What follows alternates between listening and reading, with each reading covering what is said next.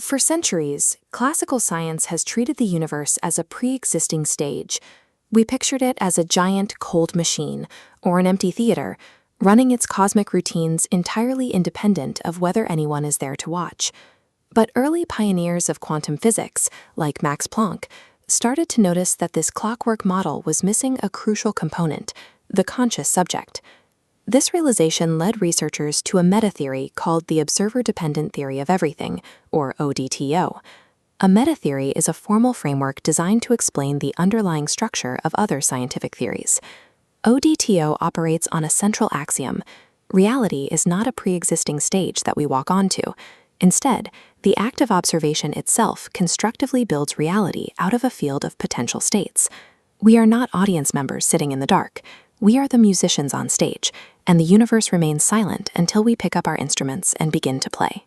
To understand how this works, we start with the field of potential states.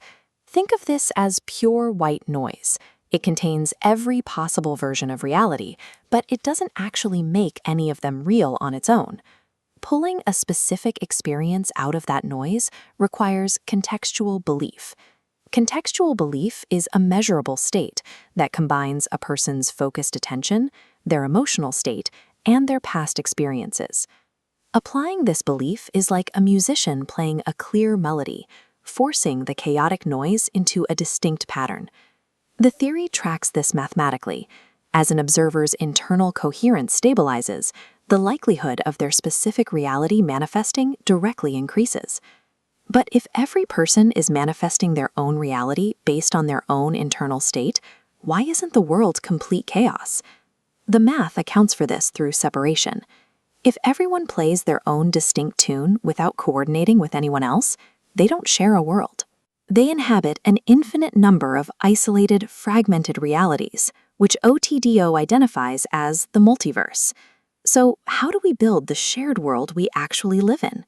This happens through coherence, a measure of how observers synchronize their focus.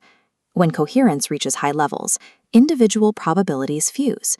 This synchronization collapses the fragmented multiverse into a single, highly stable, shared reality. Once a reality is shared by enough people, it develops inertia. This is the resistance a shared world has to being changed by any single person who stops believing in it.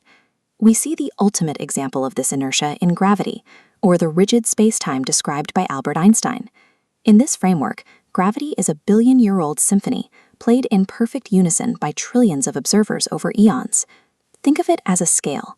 When trillions of observers harmonize on the same note, the resulting reality becomes heavy and difficult to move. This collective agreement is what we experience as physical law.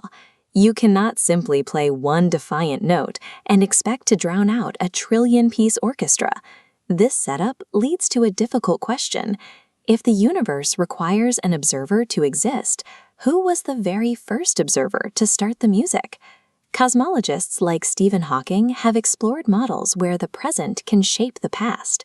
ODTO provides a mathematical solution to this origin problem by removing the need for an outside trigger.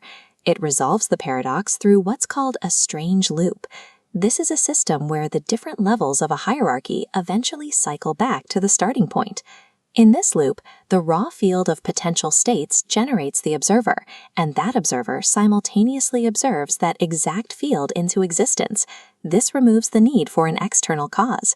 The universe bootstraps itself into reality through a closed, instantaneous loop of observation. The universe is a self-generating, self-listening system. The act of observation is the ultimate origin point of existence. While these rules explain the cosmos, they also apply to our daily lives and the structures of our society. Large-scale changes in how we live or think follow these same rules. They require the hard work of gathering enough synchronized belief to overcome the momentum of the old tune. We are foundational components of reality's engine. What we collectively choose to focus on and harmonize with dictates the physical and social structure of our world.